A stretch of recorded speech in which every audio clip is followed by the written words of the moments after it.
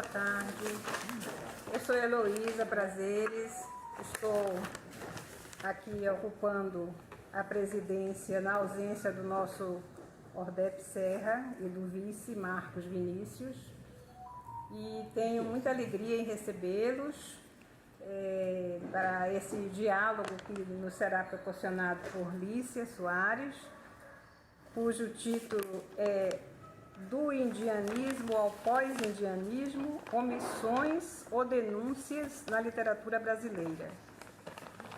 Então ela faz esse questionamento e desenvolve numa ementa que ela diz: propõe analisar obras decisivas de autores como Antônio Calado, Darcy Ribeiro, Antônio Torres e Márcio Souza, que confrontam o apagamento da vida indígena por ação de militares e categorias extrativistas como garimpeiros e madeireiros.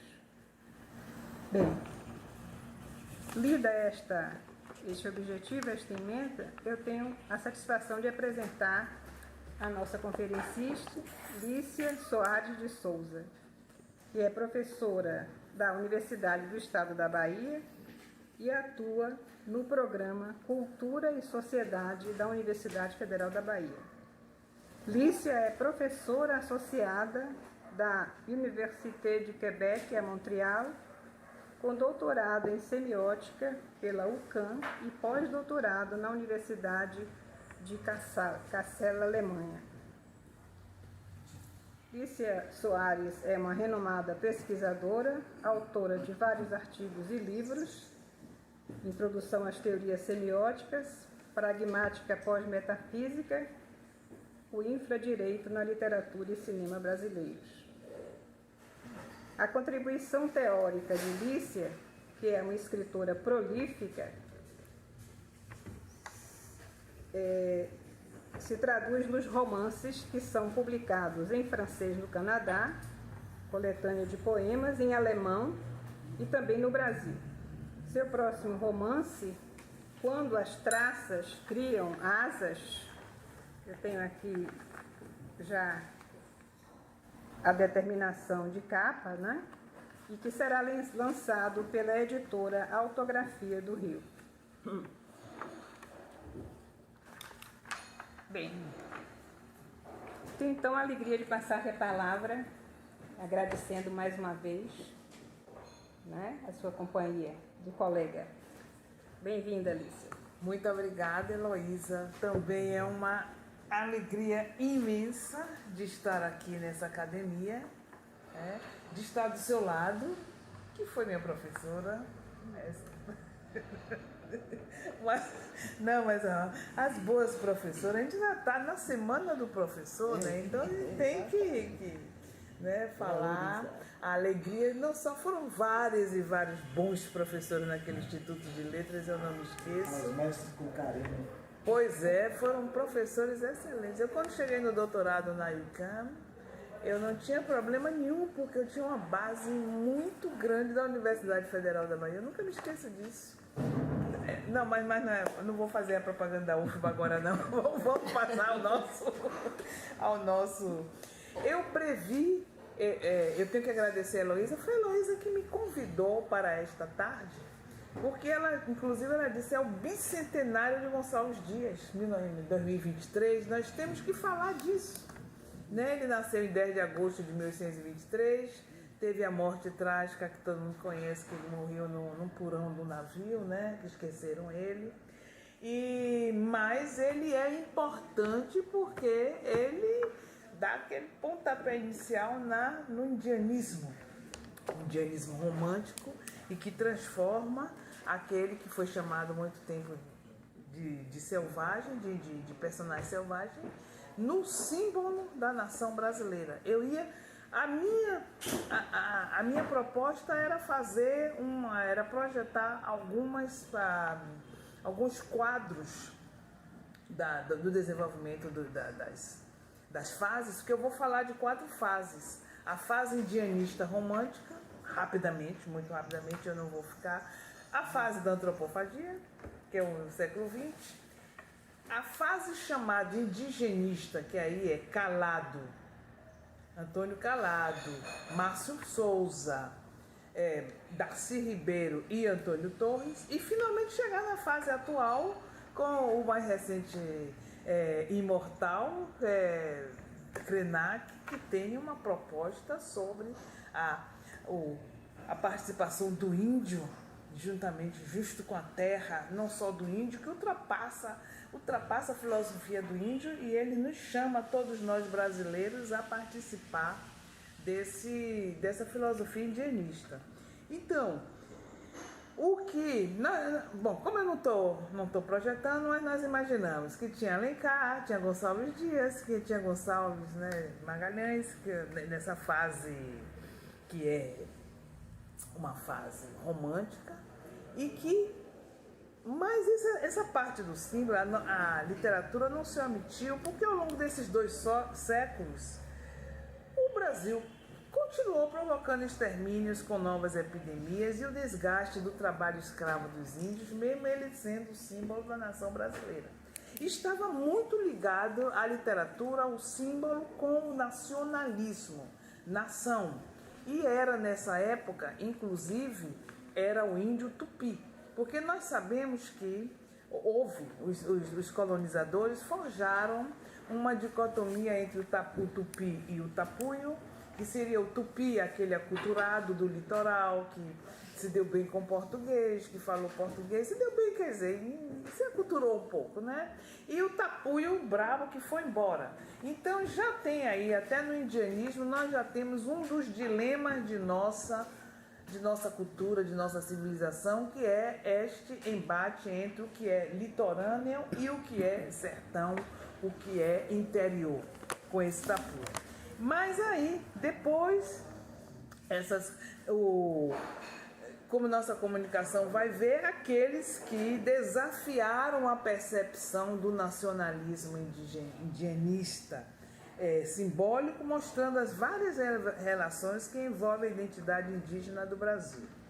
Então, eu já passei, faz de conta que eu projetei José de Alencar e tudo mais, e aí eu já vou e chego, porque esta fase é de 1836 a 1852, que é a primeira geração indianista. Então nós saímos dessa primeira geração indianista e chegamos em 1928. Aí o que é que vai acontecer? Um quadro de Tarsila de Amaral, chamado Abopuru, deu nome ao Manifesto Antropófago. É uma pena que eu tinha, eu também gostaria de mostrar o quadro, porque ele é assim. Se vocês se lembram do quadro, tem aquela cabecinha pequenininha e as mãos grandes, os pés grandes, que ela foi mostrar exatamente como estava, como seria o ser, aquela pessoa de trabalho que estava muito com a cabeça atrofiada, um pensamento tropical, que era aquela cabeça atrofiada, mas os membros bem aumentados e tudo mais. Então Oswald, que era seu marido, foi olhar. Olha ali, olha que maravilha, tá vendo como é bom a tecnologia? Vai passando aí, Vinícius, João.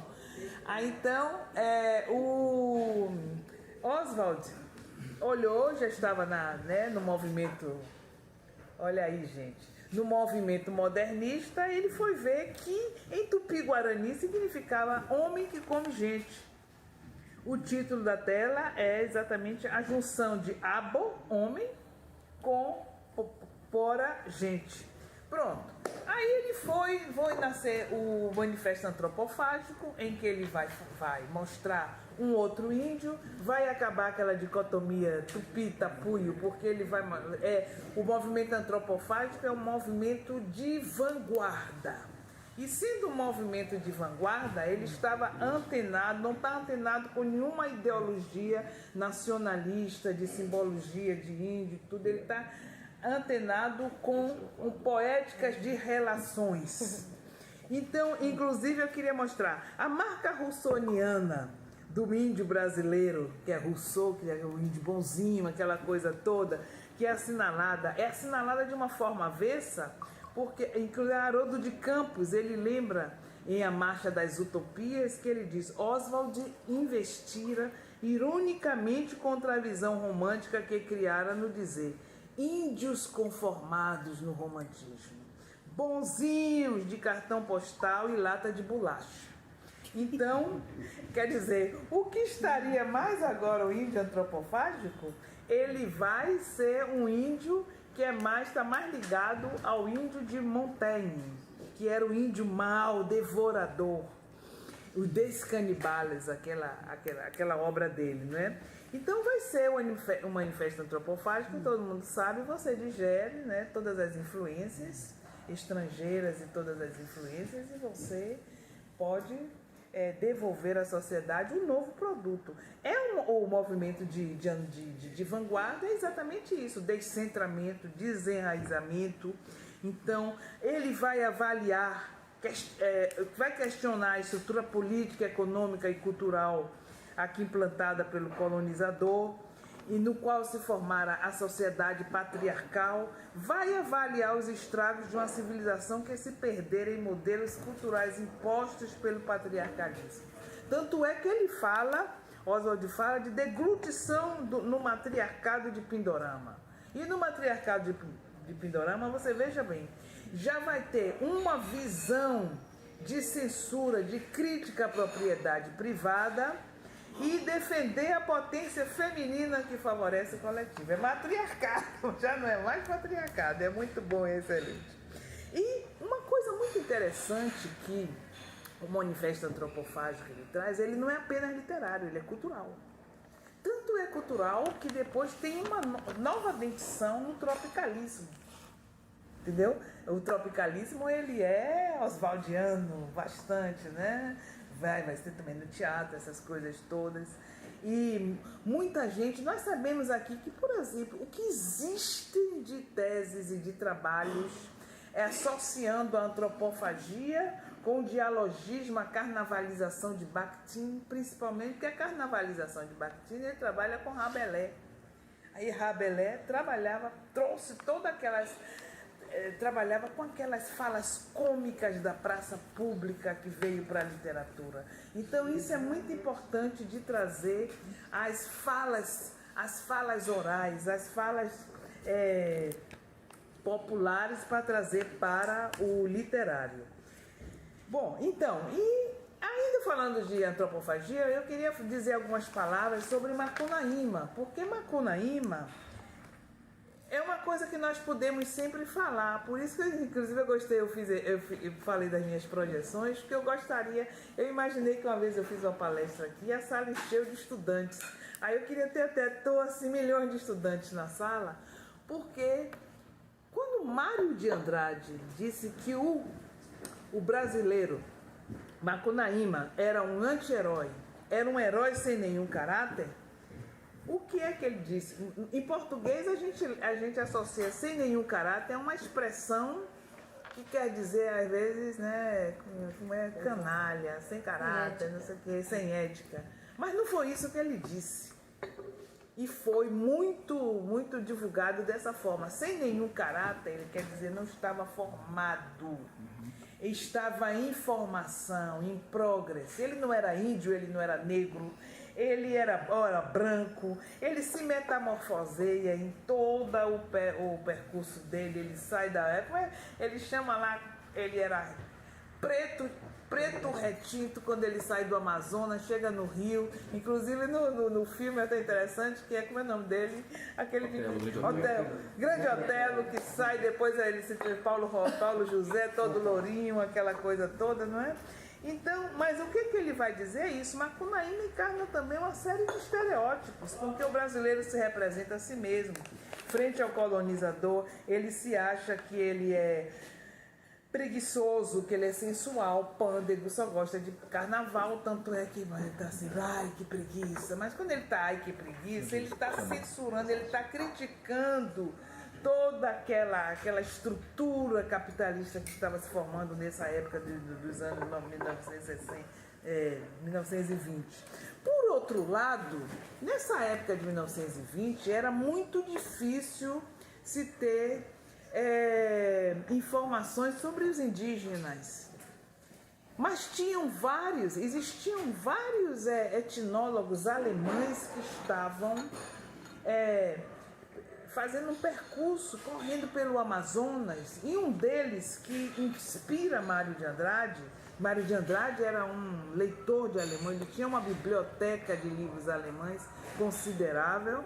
Então, é o Theodor Koch Grünberg, que percorre a norte e noroeste do Brasil. Então, ele colhe os mitos do norte do Brasil e da Venezuela, e Mário vai se inspirar nele para poder fazer aqueles mitos todos de Macunaíma, que só vai ser conhecido em 1916 e será traduzido na revista do Museu Paulista só em 1953. E Mário já tinha lido em alemão e já tinha feito, como ele se inspira em Couto de Magalhães, o Selvagem, em Capistrano de Abreu, a língua dos Caxinauás. Na hora de falar das coisas indígenas, a gente gagueja um pouco, não vai ter problema não. Então, pronto.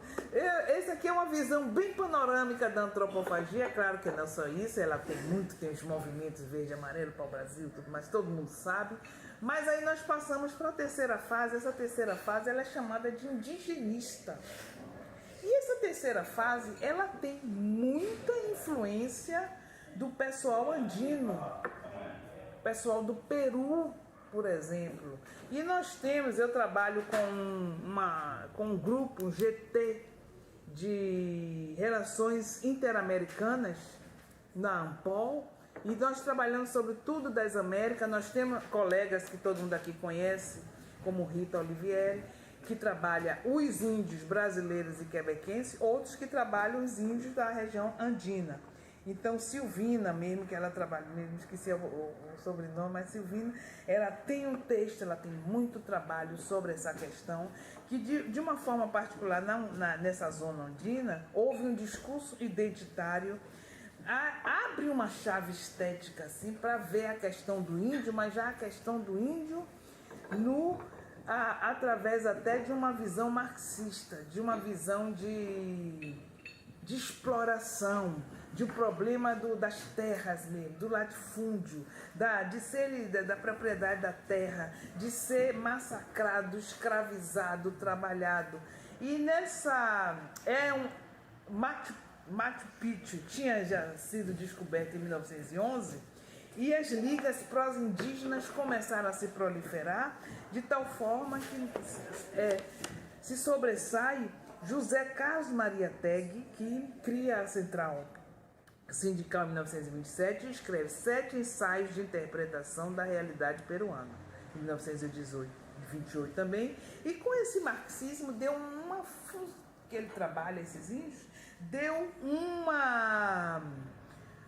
uma visão internacionalista que colocou o índio diante da mundialização mesmo, já global, que já estava começando na época, né? Depois vai vindo, e mostrando as questões da civilização barbárica, que será sempre uma questão que nós temos aqui no Brasil, o litoral versus sertão.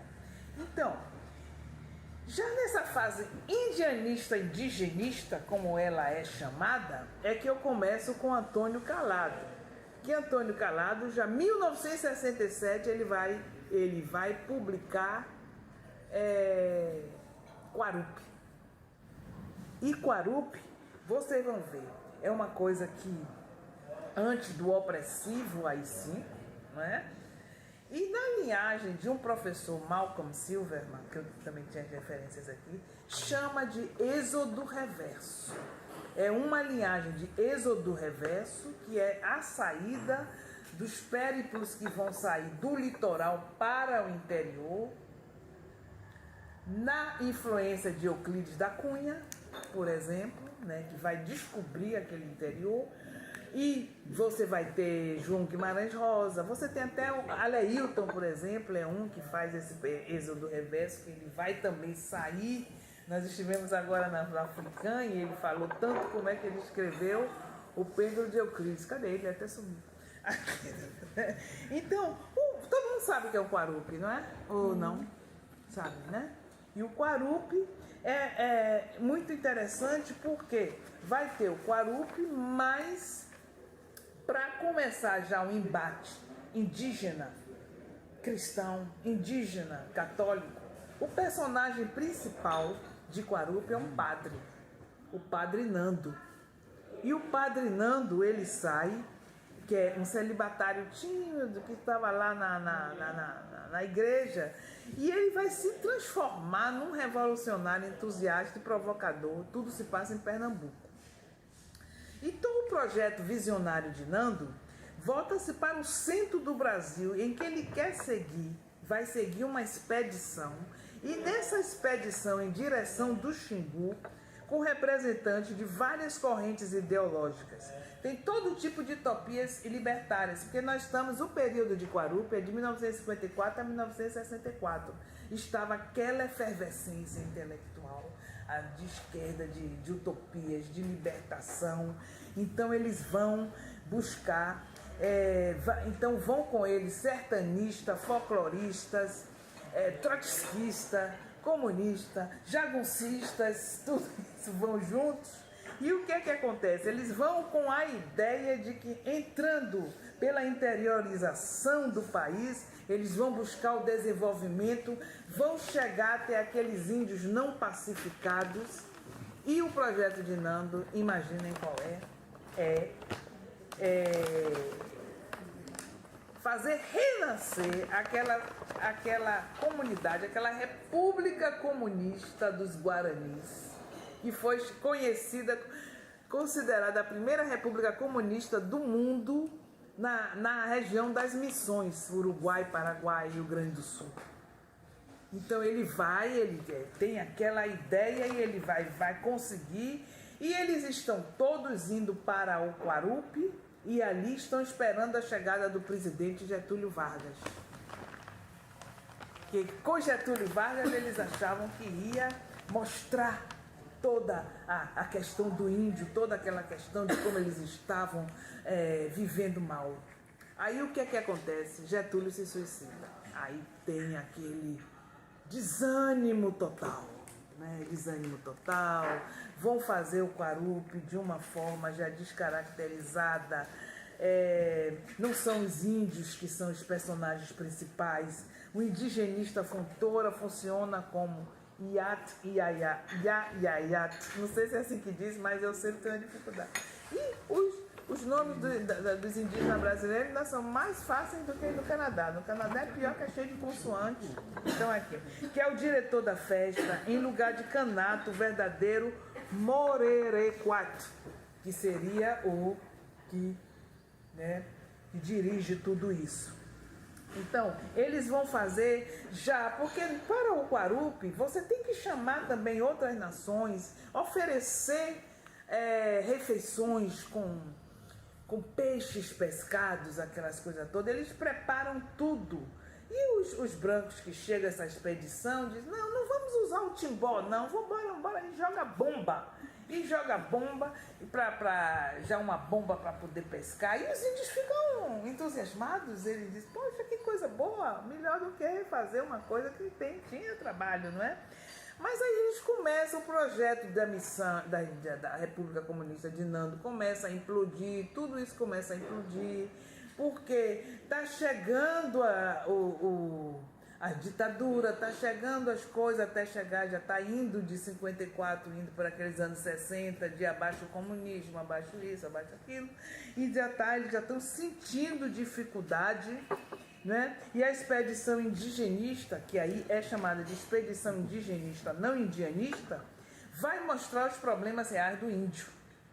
Inclusive, eu mostrei na projeção, eu ia começar mostrando uma foto dos Yanomamis no fevereiro de 2023, porque quando eu vi aquela foto, eu disse, é Quarupi.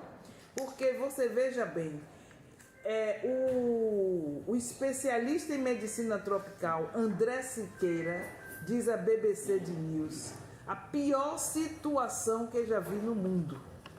Essa é uma foto bem chocante.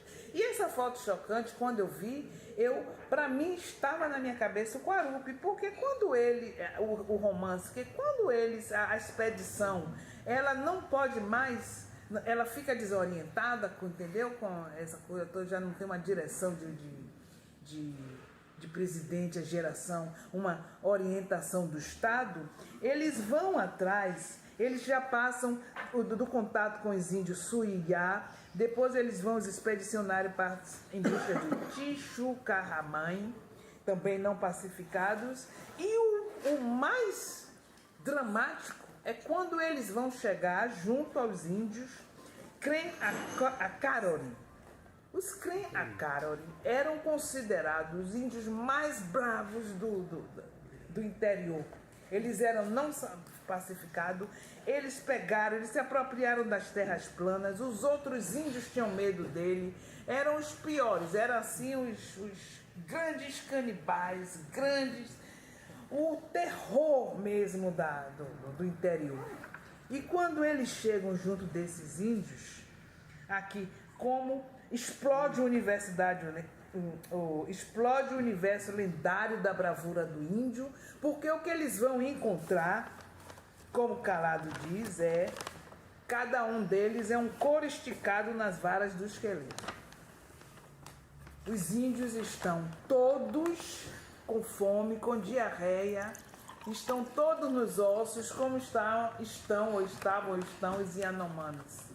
Todos não tinha mais bravura nenhuma, todos com medo. Eles chegam lá e encontram todos assim, ó, acuados, porque a fome é a pior coisa que eles passam. E aí eles mandam buscar, vem, mesma coisa que nós vimos, um avião dos Correios vem, jogam comidas e tem toda essa cena do jogo jogando comida para eles pegarem, comer, e eles comem numa voracidade muito grande, porque a fome é muito grande, mas comendo numa voracidade muito grande, eles têm muita diarreia, porque já estavam mesmo desnutridos. E o último voo que os Correios chegam, que eles pedem, precisa mais, né? Os bancos precisam mais. Ainda dizem ao índio, se comportem. Quando jogarem, não façam isso não, senão eles não vão jogar mais. Mas o último fardo que o avião joga é um fardo de munições. Tanto é que um dos sertanistas indianistas que está na expedição começa a gritar, oba, oba, oba, oba, a gente vai matar índio, olha para isso, olha o que foi que eles mandaram foi munição em vez de comida. Bom, então, para não passar, não, eu vou dar uma... Qual era a região? Hein? O Xingu, tá no Xingu. Hein? Estão no Xingu já. Sim. O Xingu, agora eles começam a ir para leste e para oeste, entendeu? Sair porque eles vão, porque o Xingu ele é inaugurado em 1961, né? Então eles vão porque existe esta ideia de fundar a República Comunista dos Guaranis, como foi nas canções. Então eles vão para o Xingu. Os Guaranis eram no sul do Brasil. No sul do Brasil, com o Uruguai, com o Paraguai. Mas quem é que queriam? Eram os Vilas Boas e outros que queriam, queriam fundar essa república. Os personagens do Quarupi, o Nando, o padre, Fontoura, que é um indianista, o médico Ramiro, eles levam um médico que chama Ramiro. Eu não conhecia essa história. Isso é tudo dos personagens. E o médico Ramiro, inclusive, ele vai chateado. Aqui eu tinha até a citação para projetar, que o médico vai dizendo que droga, a gente vai sair dos nossos confortos para ir para uma mata virgem cheia de índios, cheia desse pessoal, fazer o que lá, não sei o que, chateado, mas ele é obrigado a ir porque tem que ir um médico para ver também, né? Então, eu fiz uma panorama muito rápido. Quarupi é um livro, então ele é chamado até por muitos críticos de livro, o verdadeiro livro de tese. Porque ele tem várias correntes ideológicas se entrelaçando, né, em conflito, em confronto, e não chega a nenhuma síntese, porque ele vai mostrar, Calado mostra que tanto o interior com os índios, nessa situação, quanto o litoral, estão com problemas. Não tem solução. Não é que o litoral esteja melhor e que vá civilizar o interior, não. O litoral também tem seus problemas e está indo, né, ainda para encontrar mais problemas. E não existe esta harmonia entre índio e branco. E que isso nós vamos votar em Maíra. Maíra mostra isso muito mais. Mas aí, para terminar calado e passar, eu vou passar para a Média Maria, que é eu espero que eu tenha bastante tempo, viu, Elaíta? Porque eu tenho um bocado de coisa para falar. O compromisso de calado, você não... Hein? Fique à vontade. Mas você vai ver como o compromisso de calado com a realidade brasileira, com a literatura de resistência é fantástico, não é? O livro não fala só de índio, vai falar das ligas camponesas, mas essa parte do índio é muito densa. Então nós vamos, porque a gente inclusive acredita que neste momento em que cresce em relevância no debate político os problemas do Amazonas, os problemas dos indígenas, nós temos que voltar, ele diz assim, muita gente diz assim, entendeu? Eu leio muitos blogs, muitas vezes, nós temos que voltar a ler Maíra, a ler Calado e, melhor ainda, ler Média Maria, que ganhou reedição após quase 20 anos fora de catálogo. Máximo Souza nasceu em Manaus em 1946 e Média Maria ele escreve nos anos 70, na hora que os militares fazem a Transamazônica. Começa a Transamazônica. E ele vai fazer a Transamazônica, mas ele não vai falar da Transamazônica. Ele vai falar da construção do que foi chamado a Ferrovia do Diabo, que é a Madeira Mamoré. Que a Madeira Mamoré, quando ela fica pronta em 1912, ela não serve mais para nada, porque já não tem mais transporte de látex da borracha. A Inglaterra já levou para outros lugares e ela é desativada. Mas antes de ser desativada, olha bem, ela é feita exatamente para solucionar um problema do Brasil com a Bolívia. E que ela vai, daquele lugar ali, vai nascer o Acre também em 1913. Se eu estiver errada, vocês me falam depois. Mas vem muita gente, vem gente da Índia, vem gente das periferias da Europa, do Caribe. E é um lugar cheio de problemas, cheio de doença, insalubre. Inclusive, personagens, olha aí que a gente está falando da metaficção historiográfica, porque personagens verdadeiros como JJ Seabra, que era o ministro da aviação das coisas, e o Percival Facquar, que era um empresário estadunidense que veio para fazer várias coisas no Brasil, várias ferrovias, e que vai fazer essa ferrovia lá, ele no Rio, ele vai para lá. Então eles falam, e eles levam inclusive Oswaldo Cruz para conseguir dar um problema, porque a morte era muita a morte. Além dos personagens morrerem muito, tem o problema do índio. E o problema do índio não é só de morte natural, de malária, não. É realmente de massacre, de decepção, de mutilação, extermínio. E aqui nós falamos do CREM em Calado, nós falamos em Média Maria, são os caripunas, são mostrados na obra como o povo que habitava o local de construção da estrada de ferro, que teve sua vida e hábitos mudados em face disso. Dentre eles, a figura de Joey Caripuna, o qual, tendo as mãos decepadas pelos civilizados, mostra sempre como um exemplo de bom humor e desenvolve inúmeras habilidades com os pés. Ele vai até tocar piano com os pés. E é terrível. Eu ia mostrar... não, mas não vou ler, não. Senão eu passo o tempo. Ele passa porque essa representação do indígena em Média Maria é tristíssima. deixa eu dizer assim. Mas ele assim mesmo ele vai falar da expressão dos mitos. Existe um mito de criação, como a gente vai ver também em Maíra, mito de criação dos rios e das tempestades, segundo o qual toda a água ficava armazenada em uma cabaça no céu, até que 2 irmãos nela fizeram um furo para que a água descesse, e toda a trajetória é contada em uma espécie de sonho de Joy Caripuna, que quando acorda é surpreendido pelos civilizados que estão cortando as mãos dele e vão matar ele. Por que estavam cortando as mãos dele? Porque ele de vez em ele também está passando fome. Olha a fome de novo como até temática narrativa e temática também simbólica do índio. E ele roubava um peixinho, ele roubava uma coisinha da coisa. E um dia os caras estavam de olho nele e disse, a gente vai pegar e vai matar ele. E aí começa matando, decepa as mãos, mas aí vem o engenheiro, salva ele da morte. Ele consegue fazer, o médico, que é um alemão que está lá, consegue estancar o sangue, fazer tudo, e ele vai fazer tudo com os pés. Além de Joy Caripuna, são mostradas também as indígenas que se prostituíram em Santo Antônio em virtude da ação do colonizador e das consequentes mudanças nos modos de vida nativos. Então mostra de novo a vulnerabilidade do índio, né, diante desses projetos que vêm. É como está acontecendo, vai estar acontecendo em Belo Monte agora também.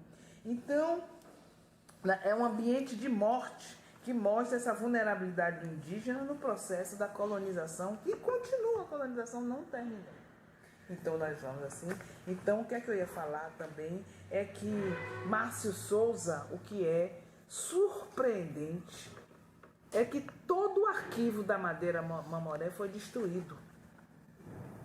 E ele como sociólogo, ele foi para o Museu Britânico, ele foi para o Museu Nacional do Rio, ele foi para o Museu em Nova York, ele buscou as informações em museus, e você tem Média Maria, que é um dos maiores arquivos históricos em um romance dessa fase indigenista de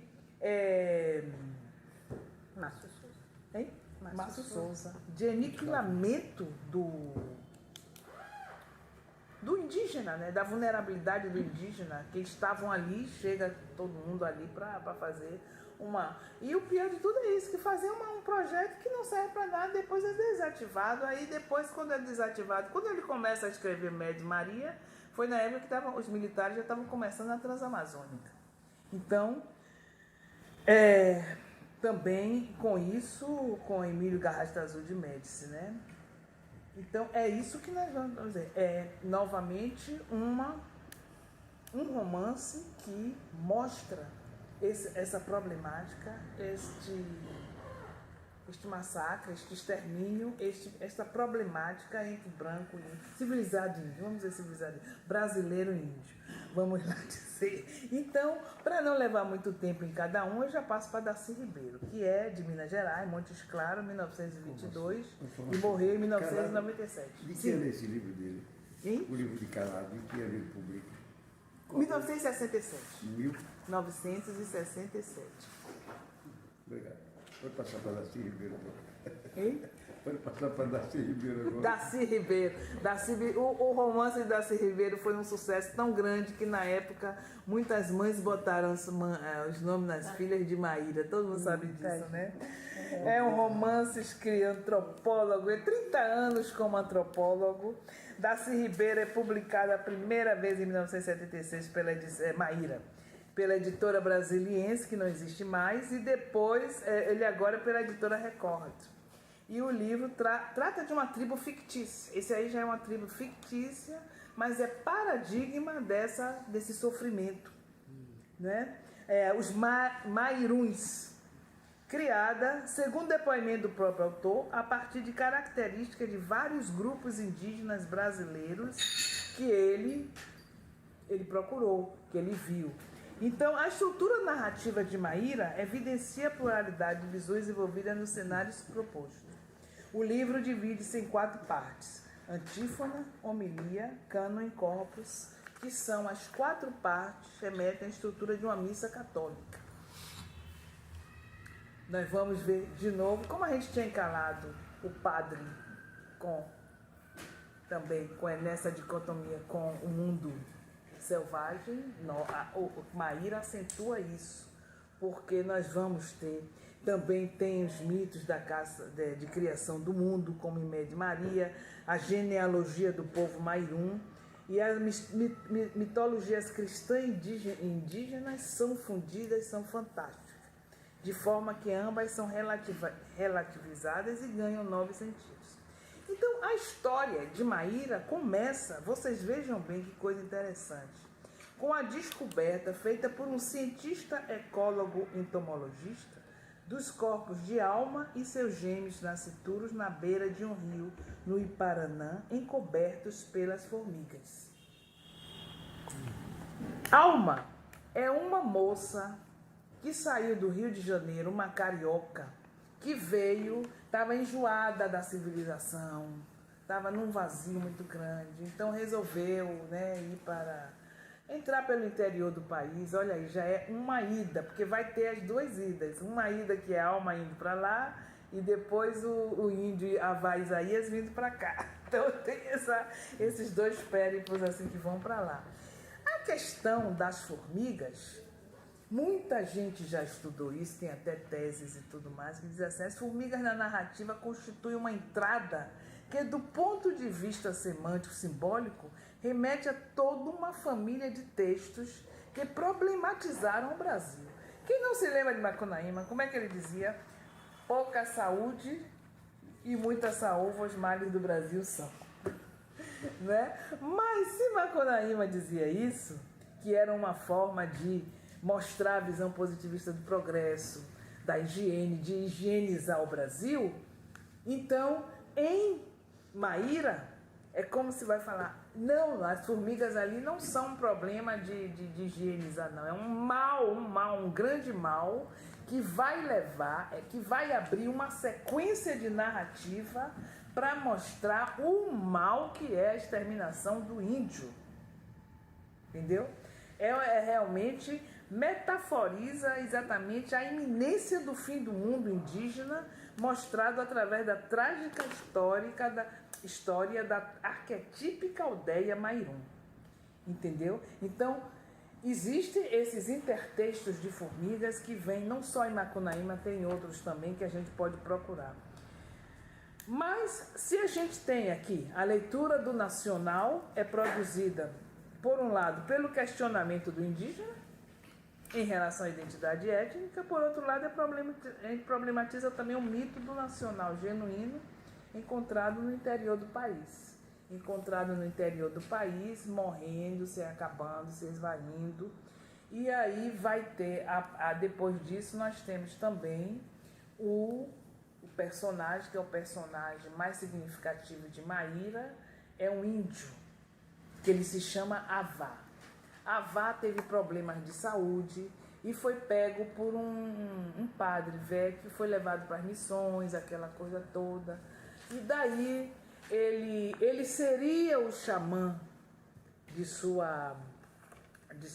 seu povo. Ele foi criado para ser o líder, mas ele vai ser levado e ele acaba indo para o Vaticano para ser ordenado como padre, como eram os padres, né? Mas quando ele vai ser ordenado, ele tem uma dúvida e diz assim: será que eu devo? Minha cultura não é essa. Eu fui criado, foi na selva. E ele tem aquela dúvida, aquele questionamento de cultura, não é? Então ele tem a consciência de pertencer a uma nação indígena, a um povo culturalmente enraizado, compartilhando língua, religião, costumes e tradições, que é diferenciado do território nacional brasileiro, que ele mostra isso. Ele diz: eu não posso ser padre, eu não vou ser padre, entendeu? Eu não tenho nada a ver com isso. E, novamente, o nacional ele é representado a partir dessa dicotomização entre interior sertão, exterior litoral, fato que coloca o texto darciano, em diálogo com toda uma tradição que o precede, incluindo a todos aqueles que a gente já falou aí, calado, até antes mesmo do romantismo, houve, né, alguns que falaram de índios e tudo, e que sempre tem, e eu sempre digo, na tradição também de Euclides da Cunha, porque essa coisa toda me influenciou quando a terra de Euclides da Cunha tem esse problema dos caiçaras. Eu até falei de você, viu, Raleito, mas você não estava aí. Aí, do seu romance, que você também faz esse êxodo, esse périplo para Canudos. Nós passamos um mês de setembro em Canudos, em feira, falando disso. E é exatamente essa questão, toda uma tradição que precede de ir. E o que tem de interessante é que os padres, em um determinado momento, querem converter a caboclada, como é chamado, e fazem a aldeia Marion, querem difundir a Bíblia, e fazem até a Avá começa a traduzir a Bíblia para a língua indígena. Para a língua indígena, e o romance de... Eu ia passar a projetar alguns textos, mas não dá. Porque tem orações que são mescladas das duas línguas que ele começa, ó Ave Maria, ó minha Nossa Senhora, ó meu Deus, me livre, me ajude a vencer esse dilema, daqui a pouco ele faz, ó Coaraci, ó Tupã, ó e é da mesma oração, entendeu? O mesmo texto, acho que eu não coloquei aqui não, só, entendeu? É muito interessante mesmo. Só uma outra vez para a gente projetar todas essas coisas. Então, mas deixa eu ler pelo menos uma parte que é muito interessante, hein? A oração. Eu não entendi. Cadê, meu Deus? Aqui é bom quando a gente passa. Cadê Maíra, gente? Sumiu. Se eu não achar logo, deixa pra lá. Meu querido canibal, para aí também. Não, Maíra sumiu daqui. Saiu. Darcy se escondeu, saiu. Estava no coisa. Que ele vai falar, né? Ele fala, ele diz, meu Deus, eu não sou isso. Eu sou isso e não sou isso. Eu fui formado no Vaticano, pelos padres, mas eu não sou isso. Mas eu também não sou mais índio. Então, o que é que eu sou? Essa pergunta, essa crise de identidade que ele vai enfrentar como indígena aculturado, não é? Então, Darcy Ribeiro, ao escrever a Maíra, porque você tem assim, a crítica mostra, toda a crítica que pegou Maíra, mostrou as transformações propiciadas pela viagem de regresso, tomando o fio da memória, que tem a primeira parte, Roma, Brasília, que constitui um reavivamento da ordem ritualística, e na segunda parte de Brasília para o Iparanã, que são mostrados mitos. Porque você tem o deslocamento de alma para o interior e o deslocamento de Avá, Isaías. O nome dele é Isaías. Ele chama que ele é binominado porque dão o nome a ele de Isaías. E ele disse, não, eu não sou Isaías. Né? Isaías é um profeta, né? A gente sabe. Eu não sou Isaías, eu sou Avá. Então, Darcy Ribeiro desafia também a percepção do indianista, do cine idealizado, transpõe para a realidade o genocídio, porque para Darcy Ribeiro não existe, ele é daqueles que tira todo o entusiasmo dos pós-colonialistas, dos antropófagos, de todos aqueles que achavam que haveria esta junção dos dois. Ele vai mostrar, ele diz, não vai haver.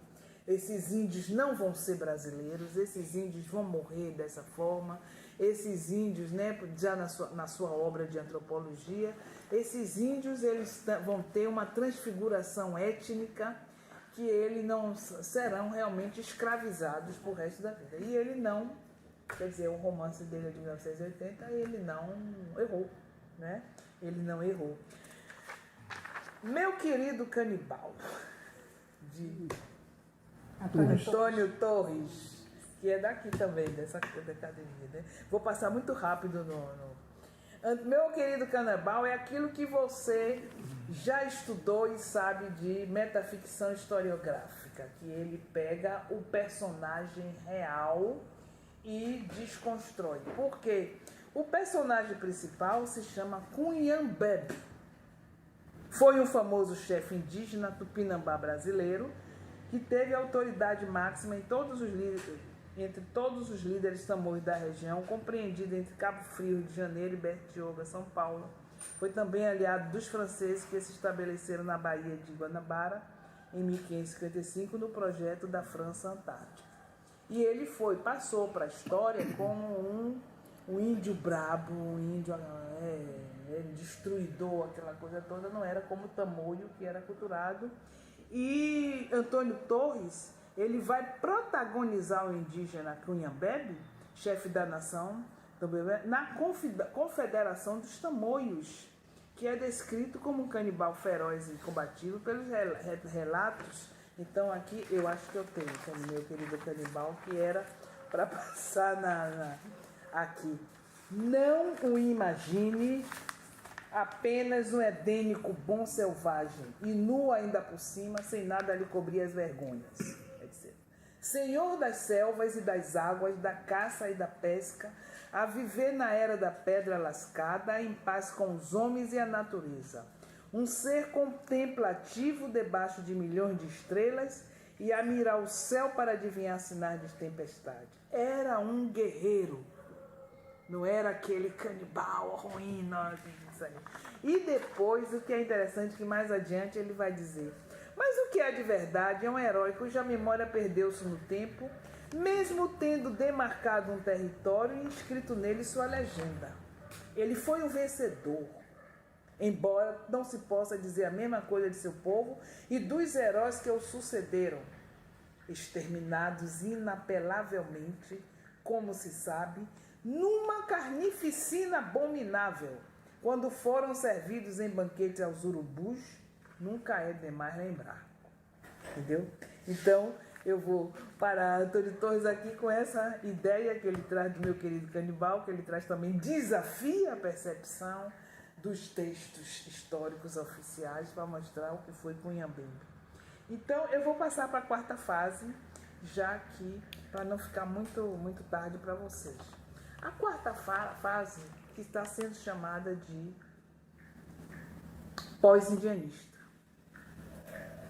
que é exatamente agora, porque muitos estão criticando que, embora tenha havido essa denúncia, essa crítica, esta percepção do índio nessa fase indigenista, mas não foram os índios que contaram. Então, aí a ideia de Eleilton, que diz assim, quer dizer, os escritores invadiram, aí Eleilton interior, que ele acha que os escritores invadiram Canudos, faz parte da invasão. Mas foi boa essa invasão, foi boa, eu sempre digo para ele que foi boa. Mas agora eles querem contar eles próprios.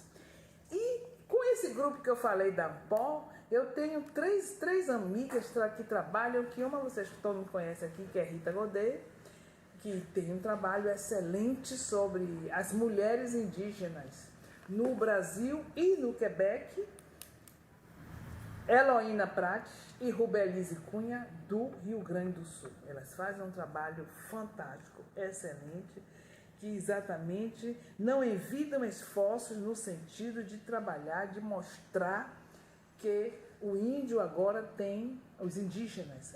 Não, quando a gente está trabalhando, quando a gente vai para o Quebec, para os congressos e tudo mais, nós já chama de índio nem de indígena. É ameríndio, les amérindiens, porque vai dizer, são os índios das Américas. Então são os ameríndios aqui que vão ser chamados, que é exatamente isso. Não trabalhar com a voz deles. E com eles eu vou mostrar, por exemplo, eu vou mostrar rapidinho para não... O primeiro, o pós-indianismo, ele é de uma descolonização total, porque não quer, alguns falam que os romances que eu citei são muito lusocêntricos. não tem nada da língua, embora Maíra use um bocado de expressões, tem muitas expressões, mas os outros são lusocêntricos, eles querem agora que chegue. E como, por exemplo, no Quebec, quando nós trabalhamos que vamos nos lançamentos dos indígenas quebequenses que tem, eles estão publicando assim, uma página em francês e uma página na língua original deles, né? É muito interessante que eles leem em francês e depois leem na língua. E é muito interessante, muito lindo o que eles estão fazendo.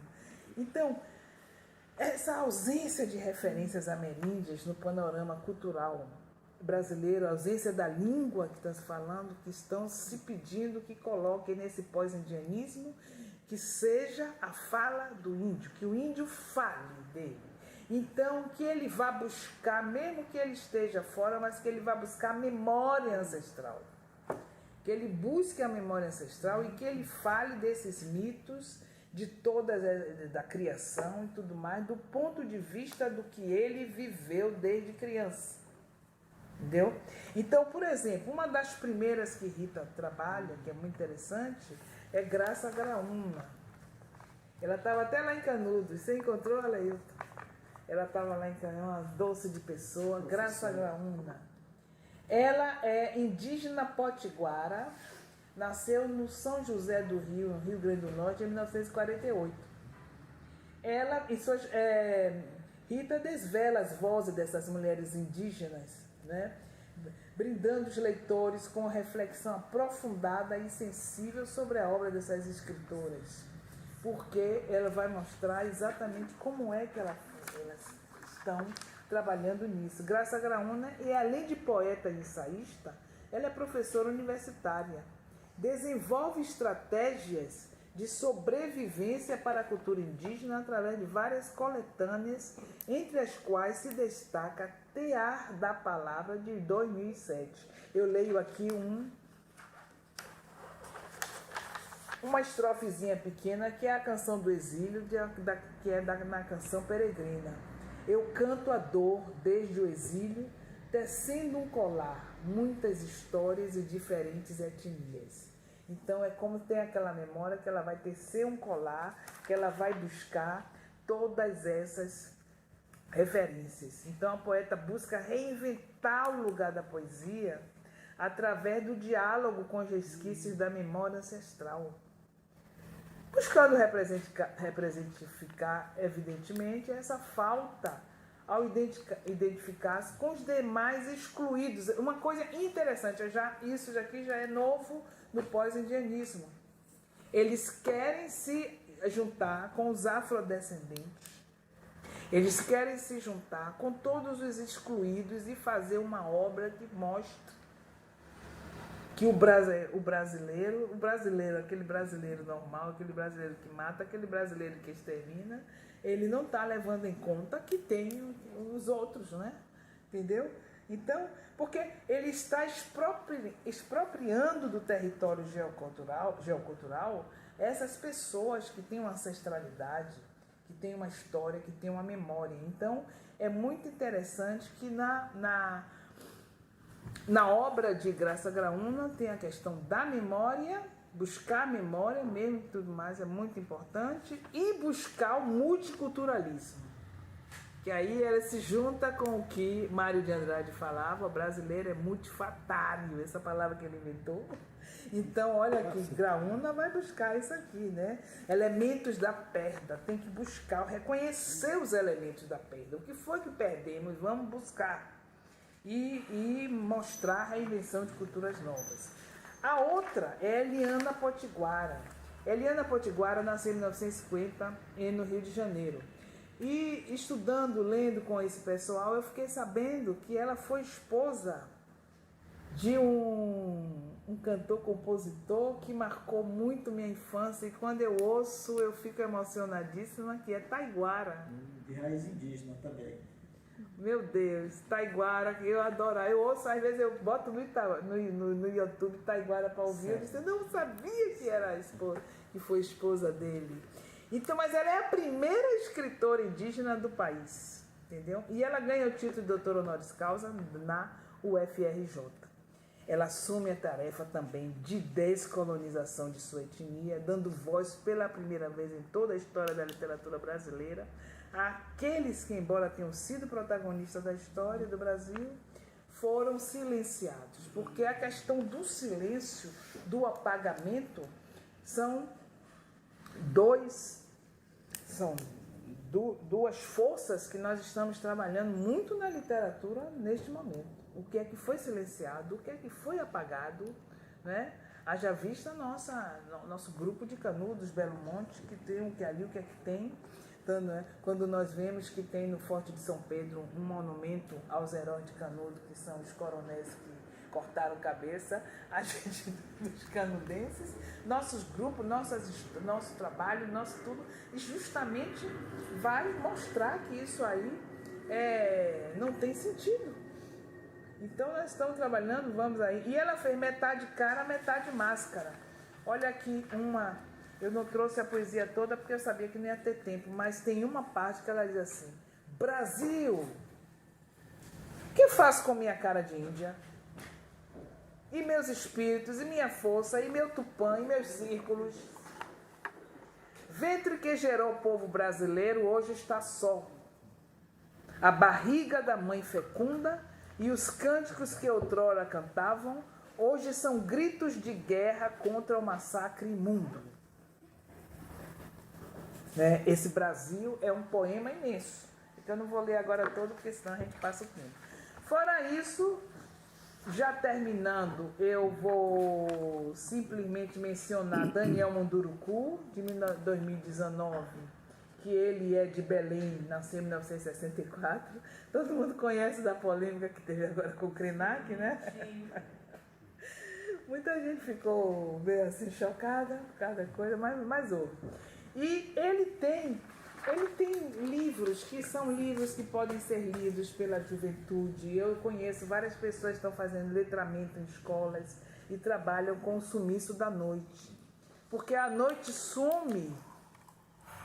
Até que um curumim diz ao cacique da aldeia que viu duas serpentes conversando nas florestas sobre o sumiço da noite. Você imagina a gente perder a noite? Então o corajoso guerreiro Caru-Caru entra na mata sozinho para abordar a chefe das serpentes, a poderosa Surucucu, conhecida como a dona da noite. Conseguirá ele convencer a Surucucu a devolver a noite? É muito interessante porque eles é uma relação híbrida de crônica de conto, sumiço da noite. E a gente pergunta aos meninos quando estão trabalhando: imagine se algum elemento da natureza some no nosso ambiente. Some o rio, some uma cachoeira, some a Baía de Todos os Santos. A gente levanta de manhã, olha pela janela e eu não vejo minha Baía. Aí como é que eu vou dizer? Traz a Surucucu. Então ele vai fazer toda essa discussão, né? Como é que... E a gente não está longe de perder as coisas não, viu? Com as mudanças climáticas, a gente já está até perdendo o Rio Negro. Veja bem, E o último, Ailton Krenak, o novo imortal, que Ailton Krenak é ambientalista. Eu sinto uma emoção muito grande lendo Krenak. Ele pertence à etnia Krenak e seus livros abordam a rica herança cultural e histórica dos povos originários e a literatura nacional. Então, ele tem, geralmente, a memória ancestral, mas ele fala de uma forma fantástica sobre o que se está fazendo com a natureza. Isso me emociona terrivelmente, porque ele diz as árvores vão ficar, se a gente destrói, elas vão rebentar, elas vão renascer e a gente vai embora. Comer prédio, né? Hein? Nós vamos comer prédio. Comer prédio. E ele fala tudo isso, uma coisa fantástica. Olha bem, o Amanhã Não Está à Venda, isso aqui é muito interessante, porque o Amanhã Não Está à Venda é um ensaio recém-lançado que joga a luz sobre a pandemia mundial de Covid-19 e pede urgência do coletivo humano em tratar sua relação com a natureza. Então ele, por exemplo, em entrevista que ele deu, porque esse Amanhã Não Está à Venda foi uma série de entrevistas que ele deu. Então ele diz assim: quando engenheiros me disseram que iriam usar tecnologia para recuperar o Rio Doce, perguntaram a minha opinião, eu respondi: a minha sugestão é muito difícil de colocar em prática. pois teríamos de parar todas as atividades humanas que incidem sobre o corpo do rio a 100 quilômetros nas margens direita e esquerda, até que ele voltasse a ter vida. Então um deles me disse: mas isso é impossível, o mundo não pode parar. E ele responde: e o mundo parou. Não é? E o outro também, que é as ideias para adiar o fim do mundo, são emocionantes, porque eu fiz assim. E eu sempre me desculpo, mas eu me lembro sempre da terra de Euclides da Cunha, que ele já dizia tudo isso. A gente não pode transformar essa terra em deserto. Então, nós vamos transformar. Então, eu acho que tudo isso tem uma linhagem. Síntese. Era isso que eu também ia projetar. Primeira fase, indianismo romântico, 1836 a 1852, época de nacionalismo, utopia do bom selvagem, do tupi aculturado, símbolo da jovem nação. Oh, meu Deus, eu me lembro que eu já li uma crítica dizendo por que Cecília foi ser apaixonada pelo índio Alencar. Alencar, né? É o Guarani. Por que Cecília não foi ser... Não fale não, porque depois se a gente tiver tempo eu vou falar outras coisas. Número 2, na segunda fase, antropofagia cultural, 1928, projeto de resistência às incorporações feitas sem o devido senso crítico de tudo que foi feito das incorporações anteriores sem criticar. Então a antropofagia, que é a incorporação crítica. A proposta foi a de devorar a cultura e técnicas estrangeiras e submetê-las a uma digestão crítica em nosso estômago cultural, de forma a assimilá-las ou ainda vomitá-las se forem consideradas impróprias ou indesejáveis. Que hoje muitos críticos dizem que foi uma utopia, mas que não conseguimos fazer isso.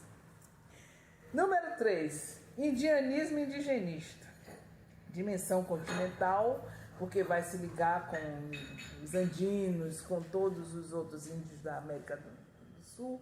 Inclusive, alguns falam que já o Macunaíma desregionaliza o Brasil, são mitos da Venezuela também, e sai, não tem aquilo de nação, de símbolo de nação, não é? Denúncia da política, mas esse aí é a denúncia da política anti-indígena do Estado. Apresentação, mas tem uma apresentação dos principais mitos ameríndios, porque Darcy Ribeiro, Calado, tudo mais apresenta muitos mitos ameríndios. E a quarta fase, pós-indianismo, literatura ameríndia em relação a seu território de anunciação. Para não dizer lugar de fala, em relação a seu território de anunciação. O ameríndio torna-se sujeito da revisão crítica dos textos oficiais da história. Garante a presença de sua rede mitológica na cultura nacional, contribui para a preservação da natureza e da vida do planeta. Bom, eu termino aqui esperando que tenha feito uma homenagem a Gonçalves Dias, como Heloísa Prazeres tinha imaginado. Você ampliou bastante a sua homenagem. Quero parabenizar. Teve um amplo painel, né? Bastante generoso o painel. Porque, na verdade, ele começou, né? A gente não pode... Eu quero franquear, porque eu senti que algumas pessoas, ao longo da fala de Lícia, estavam inquietas. Ansiosas. Então, acho que agora é o momento, né? Franquear a palavra. Elani, Boa noite. 2 pessoas, boa noite. Todos os índios. 3. Ela falou dos Tupinambá, né? Eu sou índia verdadeira, sou Tupinambá de Ilhéus, Bahia. Eu nasci na Mata Atlântica, em Olivença. Realmente saí de lá criança, mas eu não perdi a minha etnia, a nossa fé, que é assim, o indígena, pelo que nós somos, a gente realmente só acreditamos por Deus, é o invento, e as nossas forças é a mãe natureza. Entendeu? Então a gente sempre, principalmente eu saí pelo motivo de eu perder meus pais. Aos 4 anos de idade, era muito doente, fiquei no convento e tal, depois eu saí do convento, eu não aceitei a vida religiosa.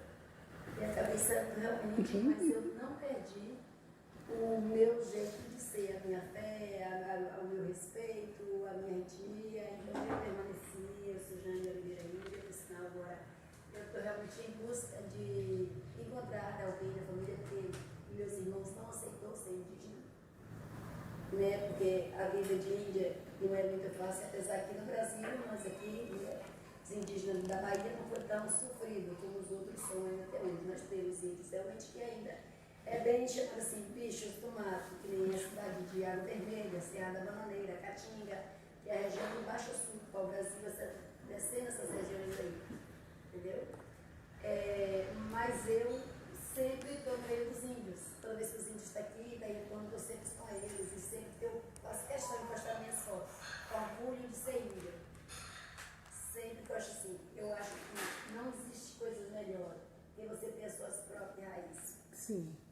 Entendeu? Você nunca se vergonhar do que você foi, do que você veio. Aquela felicidade que Deus te permitiu. E você nascer dentro dos matos, dentro de uma tribo, ser realmente índio. E eu expandi pelo mundo.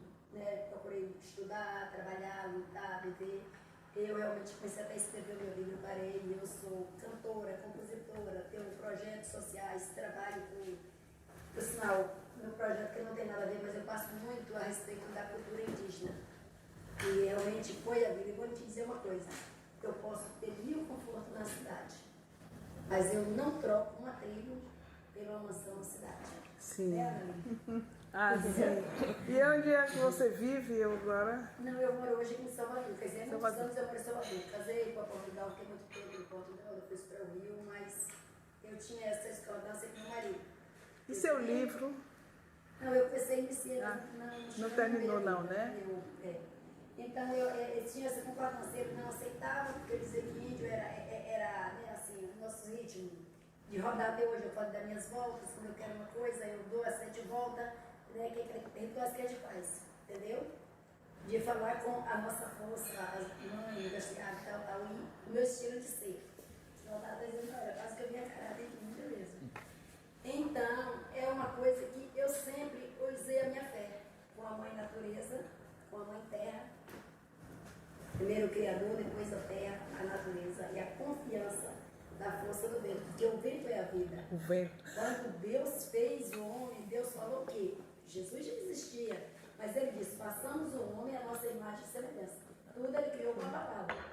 Só que nós, homens, em termos gerais, ele fez com a própria ação, porque ele soprou, Deus sopro da vida, e soprou o quê? O vento. O vento. Então, Você leu Maíra? não, ainda não. Então você tem que ler, porque justamente ele tem isso. O vento vai, vem, traz Maíra, depois leva Maíra para os troncos e ela sai, Maíra vai ser, a criação é exatamente isso, na árvore. Então ela é assim, Maíra vai se sentir árvore. Então do vento ela se sente árvore e aí ela vai, né, vai, como os outros elementos da natureza. São passagens belíssimas da criação do mundo. E Maíra, é muito, muito bonito. Tudo isso que você está falando aí, você vai encontrar lá. É justamente isso, porque são as maiores forças do mundo que ninguém pode conter. É Deus, o tempo, o vento. Ninguém pode conter essas 3 maravilhas que há. Quem tem poder para conter isso? Ninguém. Quem tem poder de parar o vento? Ninguém. O homem pode tentar de todas as maneiras, Deus deu a sabedoria, inteligência para ele fazer tudo. Mas o poder dele parar a natureza, a ira às vezes da natureza quando cai, que ela vem, que destrói, de você mexer numa coisa que não te pertence, entendeu? Os homens estão tomando o espaço todo, fazendo esse problema em cima de uma área que não pertence a ele, pertence à mãe natureza. Mas estão mexendo. Eles falam assim, as plantas, né, falam assim, vamos comer prédio, né? Não. Significado, por que da coisa? Porque Deus é castigador, não. Deus não castiga ninguém. O próprio ser humano que procurou destruir aquilo que a ele não pertence. Entendeu? Então, o que é dela, ela toma de volta. O que é da mãe terra, da natureza, ela toma de volta. O que pertence ao vento também, ele vem e tira daquele lugar. Não bote, porque ele vai tirar. Tenta destruir o mar. Aí vem e volta tudo de novo. Então, nós temos que aprender a respeitar em primeiro lugar. Antes da gente respeitar até a gente mesmo, respeitar a Deus, e as coisas poderosas, que nem a mãe terra, a natureza, e principalmente o vento, e tudo que pertence. Então, são coisas que nós temos sempre, quando você procura obedecer isso, ainda alguma coisa que vai dar errado, Deus faz com que dê certo. Porque quando a gente escuta as vozes de Deus, é a voz do vento. Deus falou com vários profetas através do trovão, através dos sábios, através do fogo, sempre, né? Aquela passagem que descia, o fogo. Fogo significa vontade. Né? Então, são através do mar, e outras, era um simbolismo. Abriu as águas de uma vez, então. Abriu o significado da fé. Que Deus tem o poder de mostrar o que Ele pode fazer, o que Ele faz, mas através da nossa fé. Então, eu dobro meu joelho, às vezes eu não dobro meu joelho, eu não sou pastor, eu fui esposa de pastor, mas nunca seria pastor. Então, eu sempre, tá ligado? Chega, você está com um assunto sério na sua vida, não adianta você dizer para falando, não. Você não tem uma arma grande, pega uma plantinha dentro de casa, um copo de água, põe os outros assuntos para ela, depois devolve para a natureza. Entendeu? Obrigada. Obrigada. Temos mais alguns inscritos. Acho que ele estava na frente, ele estava na frente, depois é você, depois aquele ali. Sou Ari, viu? Hein? Ari. Eu vou fazer uma colocação aqui que não sei nem se é muito própria. Na realidade, nós somos frutos de uma civilização do homem primitivo, que aqui foi encontrado quando o português chegou, certo? Ele tem a cultura dele, tem a visão de mundo. O português veio com a cultura dele, de certo modo se estabeleceu, de certo modo se impôs até, não é? Eu me pergunto, dentro de uma perspectiva futura, política, de visão geral do mundo, como ocorreria para o futuro, haveria o quê? Uma fusão, porque nós já somos produtos dessa fusão, dessa cultura, queiramos ou não, né? Das três raças, né? Embora a raça humana seja uma só. Nós estamos buscando essa fusão há muitos anos. muitos séculos. Então, dentro da sua perspectiva futura, essa fusão irá existir ou vamos continuar com essa divisão, com essa dicotomia índio, descendentes de portugueses, de outras civilizações? É um eterno conflito, enfim. Eu lhe pergunto, vê possibilidade de conciliação em futuro dessas culturas, de modo a se amarem e viverem em paz e harmonia? Essa é a minha pergunta. Interessante essa pergunta, mas eu vou lhe dizer, eu não saberia responder.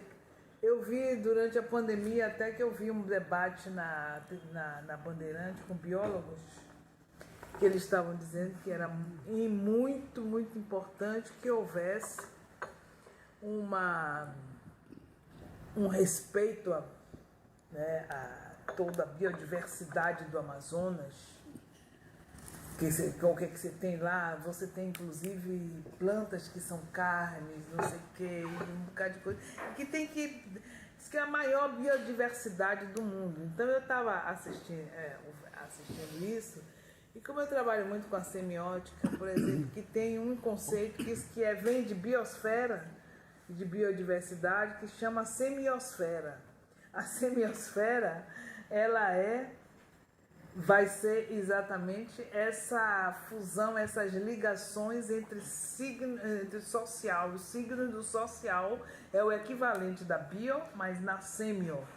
E eu ficava olhando assim, depois eu respondi até numa live que eu fiz, eu disse, eles disseram que o sonho deles é a biodiversidade, que o Amazonas, que o Brasil inteiro possa entender isso, e eu digo, o meu sonho seria que o Brasil inteiro pudesse entender uma semiosfera unida, em que índios mestiços, descendentes de índio, de afrodescendentes, todos pudessem ter porque para mim nunca houve, na minha cabeça nunca houve diferença. Eu quando era criança, eu ia brincar no Nordeste de Amaralina, que era favela, na época, como se chamava favela, era comunidade só de crianças negras. Só tinha crianças negras mesmo, eu ia para lá brincar e para mim era tudo igual. Eu só vim muito tempo depois que eu vim descobrir que a gente vai ouvindo, né? Aquelas coisas. Então, para mim, tudo era... O ser humano é o mesmo. Mas, e aí, eu sempre fiquei chocada com os discursos que a gente ouve, né? Esses discursos contra a alteridade. Por exemplo, quando eu fui a Cuiabá, nós tomamos um táxi e como Cuiabá tem muitos motivos decorativos de índios, e aí eu disse, mas que bonito, olha ali a estátua do índio, não sei o quê. E o chofer disse, esses índios são uma desgraça, minha senhora. Vivem numa preguiça, tomam o dinheiro da gente, recebem dinheiro do governo, enquanto a gente trabalha, eles vivem na preguiça. Entra nos ônibus, deixa uma caatinga de índio horrorosa. Eu digo, vou pra isso. Como é que você pode? E eu, inclusive, estava com Rita no táxi, eu disse, ela vai estourar, mas vai estourar, mas ela ficou caladinha. Eu disse, mas você ficou caladinha. Mas eu disse, mas como é que você vai enfrentar o homem está ali há anos dizendo isso, pensando assim? Não dá para você, entendeu? Então, eu não saberia responder. Eu acho difícil. Nós estamos lutando. Quando nós estamos nas nossas reuniões lá, querendo resgatar essa memória de Canudos e tudo mais, tal, o que existe aqui na cidade de estereótipos de que o conselheiro era um louco, que eles eram fanáticos e tudo mais, ainda tem muita gente que o exército nos livrou daquela coisa.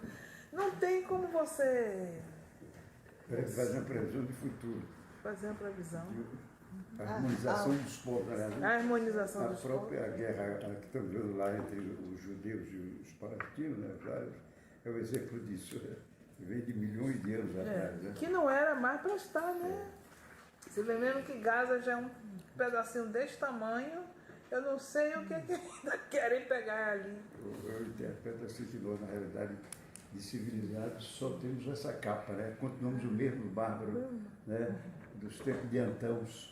O professor Pedro está pedindo uma parte, Pedro. Uma parte, Não, Pedro, não, eu queria fazer uma intervenção rápida porque de luta sobre ela que está na frente. tá né? na frente. Vou ser Ali, breve. Eu nasci no dia do vento, 10 de agosto. E meu pai nasceu no Acre. Meu pai foi para o Acre levado pelos pais dele, meus avós paternos, como soldadinhos da borracha. Cearense. Trabalhar na Cearense. extração da borracha. Então, minha pergunta para você é o seguinte: nessa época da extração da borracha, esses soldadinhos, meus avós, meu pai que nasceu lá, havia integração deles com os índios? Porque eu me lembro não, meu pai botou nossos nomes de Mauro Caramuru, meu irmão, Catarina Paraguaçu. E eu só não sou uma indígena, com o nome indígena, porque minha avó, que tinha grandes expectativas em mim, queria que eu fosse uma virgem de Lourdes, uma santa. Então, Você aparenta. Por que você não foi? minha avó botou Maria de Lourdes Santos Machado, que virou de Lu Machado. Então, eu não me tornei nem uma virgem nem uma santa, mas sou assim muito grata. Tenho uma reverência especial aos índios, não sei porquê. Talvez porque nasci no dia do vento e meu pai, embora não se aclimatou muito bem aqui no sul, veio de lá, do Acre até o sul da Bahia. Então eu te pergunto, essa fase dos soldadinhos da borracha está na primeira fase ou na segunda do seu trabalho? Não, porque o soldadinho da borracha está ali na Madeira Mamoré. Sim. Né? Que mas a Madeira Mamoré está na terceira fase do trabalho, mas é porque ele trouxe essa fase de 1912 para projetar numa época em que os militares estavam abrindo a Transamazônica e para ele mostrar o que foi o fracasso da Madeira Mamoré, de vários povos, até hindus vieram, foram muitos imigrantes, cearenses, imigrantes e tudo mais, e que derrotaram os caripunas. Então não houve harmonia, porque os caripunas foram exterminados completamente. Não tem.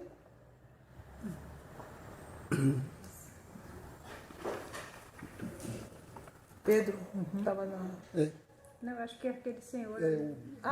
foi ele, ele estava na... Ari. Tiago, Vou ser breve. Em primeiro lugar, estou emocionado pela qualidade da palestra da professora. Muito obrigada. Quero agradecer de coração. Quero agradecer também a lembrança que Pedro Barbosa teve em me mandar um convite hoje.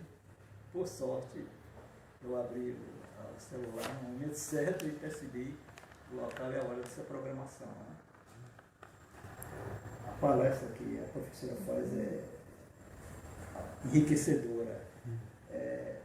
Palestra para se refletir ao longo do dia. Da noite agora.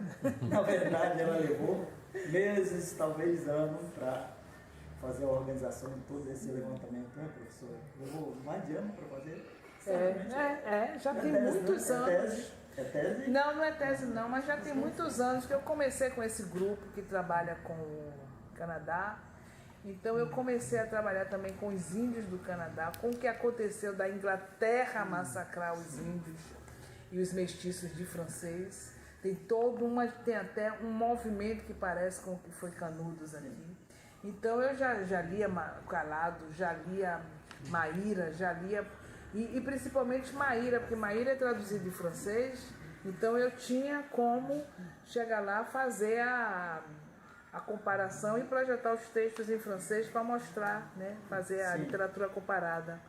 Então, são muitos anos.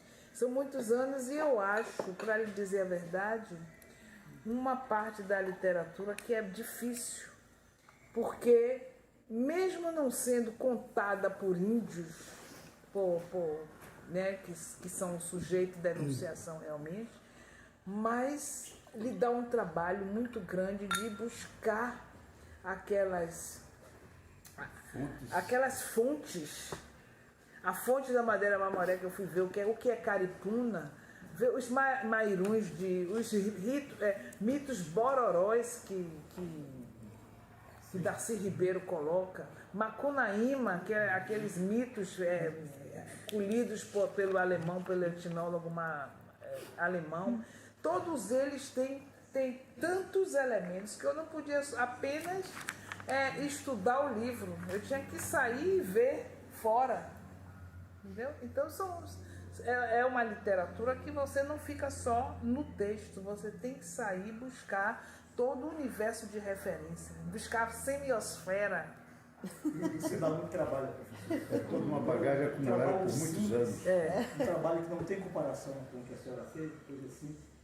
Eu consegui arrumar aqui 15 mil verbetes com nomes de índios, né? De toda a América, né? Do Canadá até a Argentina. Eu levei 15 anos para fazer esse trabalho. Interessante. E não tem a qualidade nem de longe do que a senhora produziu. Eu não acredito.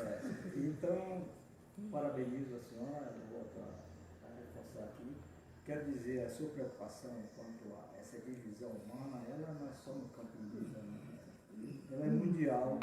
E o mundo está sendo provado, demonstrado para o mundo hoje, que o homem fez um modelo errado, está construindo o mundo de forma errada. E uma das pessoas que tem uma visão, de que teve na de hoje, está demonstrando que nós estamos caindo em um precipício. É um filósofo indígena chamado Ailton Krenak, citado, que é nosso acadêmico. Né? Eu acho que pela primeira vez a sociedade reconhece que um índio pode ser filósofo. Então, nós devemos ter muito orgulho do Ailton. Né? Tem o Daniel, que foi citado também um doutor. Né? Sim, mas eu acho que até chegar ao tempo da professora, ao tempo intelectual, ao tempo de produção da professora Lícia Soares Souza, houve uma caminhada muito grande e muita gente produziu, inclusive estrangeiros. Tivemos uma fase aqui em que alemães, italianos, no século XVIII, produziram coisas interessantíssimas. O campo da antropologia ainda estava se formando, né? Brumberg, que a senhora citou, Curto de Mendaggio, e outros, um italiano que era um príncipe, que recebeu uma herança lá dos avós, no século XVIII, XIX, 19.800 e pouco, e mergulhou na Amazônia. Ele morreu lá e escreveu trabalhos belíssimos sobre mitologia indígena. Não estou lembrando o nome dele, italiano. É descendente de família Tinham rica. muitos italianos também. Então nós tivemos esses. Então isso depois veio o curso de Nilmandágio, que eu falei. Depois surge um negro chamado Teodoro Sampaio, um intelectual, um engenheiro, que fez um trabalho fantástico. Naquela época, um negro intelectual, ele foi criado por família nobre, né? Mas ele escreveu a primeira versão da língua tupi-guarani, com um dicionário que ele fez, né? Depois se percebeu que tinha algum defeito, mas é que não havia sido descoberto a versão do Padre Anchieta. Mas o trabalho dele ainda hoje é um trabalho respeitado, né? O trabalho de Teodoro Sampaio. E depois surgiram outras contribuições, né? O Rondon, que é polêmico, criticado, mas Rondon era um militar, e ele tem uma contribuição que é válida, o que ele fez, porque ele tinha aquele sonho da civilização, de incorporação, mas ele não adentrou aquela região para massacrar nem para aprisionar índios, né? Ele dizia, eles, missionários dele, o seu grupo teria que morrer, mas não matar ele, morrer se fosse preciso. Então, esse era um lema, mostrava que ele era um homem humanista, né? Então, da época do indigenismo de José de Alencar até chegar a nós, foi uma caminhada muito grande, né? Depois chegamos a Darcy Ribeiro, a criação dos parques do Xingu, Yanomami, também temos no século do Xingu o papel de uma fotógrafa estrangeira, Maureen Biziliar, que fez um trabalho fantástico de documentação, né? Maureen Biziliar, ela era tão dedicada à causa indígena que na primeira tentativa de se aproximar àquela região de Yanomamis, que é quase Venezuela, ela saiu em um fusquinha dirigindo de São Paulo até lá e não conseguiu chegar porque não tinha mais estradas, né? E acho que ela deixou o fusquinho por lá e outra vez ela conseguiu chegar e fez um trabalho de documentação fantástica e ela liderou o movimento para que fosse criado o território de Yanomami. Então, professor, tem muitas coisas para se falar tem aqui. muitas coisas. E apenas eu lamento a senhora não ter trazido já esse livro publicado já para a gente levar aqui embaixo de graça. Mas eu fico na expectativa. Vai, breve. Tem Pedro e Semira. Vou falar logo, você. Eu vou tentar fazer um arranjo de fala. Primeiro eu vou pelo petit fleur, eu vou pelos divers, antes de centrar em um trechinho, alguma coisinha que eu gostaria de centrar. Acho que o fato de a professora Heloísa Prazeres ter chamado a atenção para o bicentenário de Gonçalves Dias, isto enseja uma reflexão muito grande da gente sobre muitos aspectos da cultura brasileira e da realidade brasileira. Então, não somente a gente ficar pensando nos termos daquele imaginário que foi criado, mas também de alguns fantasmas desse imaginário. Evidentemente que essa primeira fase ela é pensada de fora para dentro, tanto que Antônio Cândido ele chama atenção para um romantismo francês indianista aqui. Eu até selvagem. Esse romantismo francês que se desenvolveu aqui, um dos livros é o Scamarcan. E eu pensei de Bochete. Eu estou com mal de Jaime. Aí não estou não. Estou lembrando que um dos autores é o Courbet, tio do pintor Courbet, do famigerado, que é famoso, então, L'Origine du Monde, o quadro, então, A Origem do Mundo, então, em que ele vai chamar atenção, ou vai chamar atenção para o corpo. Então, não é um corpo. O corpo humano não é um corpo mutilado e a plenitude é o corpo da mulher e aquilo que é obliterado, apagado, ele projeta. Da mesma maneira que o Courbet e os seus de época, então, vão chamar a atenção para o índio. O índio, esse indianismo, então vai ser incorporado depois, então, numa escrita de busca de formação nacional. Então, esse discurso de formação nacional que vai permear todo o indianismo. E a crítica desse discurso, então, na grande questão da onde é que eu estou, onde é que eu vou, o que é que eu sou. Então, eu creio que a questão do índio, ou do indígena, do aborígene, ela está colocando hoje no mundo toda uma reflexão que está pondo em xeque esse modelo de existência moldado numa cultura tecnológica como um todo e que vai apontar no fim para um fantasma terrível que é o Apocalipse. Então nós não temos muita segurança então de que de uma hora para outra a humanidade deixe de existir, entende? E até voltando um pouco para para Heidegger, quando ele diz no estudo dele a coisa, ele diz que o pior já aconteceu. O pior estava lá atrás, na lógica, há 2.500 anos atrás, e que ele já aconteceu. É a grande bomba atômica, enquanto estavam preocupados com a bomba atômica, ele disse, já aconteceu. E no nosso caso, eu fico pensando o seguinte, do ponto de vista da cultura, daquilo que é disputado hoje, eu acho que a questão do índio volta desde a primeira visão e dos fundamentos que aparecem na fundação do Brasil, na Carta de Caminho, nesses fundamentos até os dias de hoje. Então, quando é dito que esta vossa terra nova, que nesta vossa navegação se achou, então, essa vossa terra nova, que é o direito de conquista.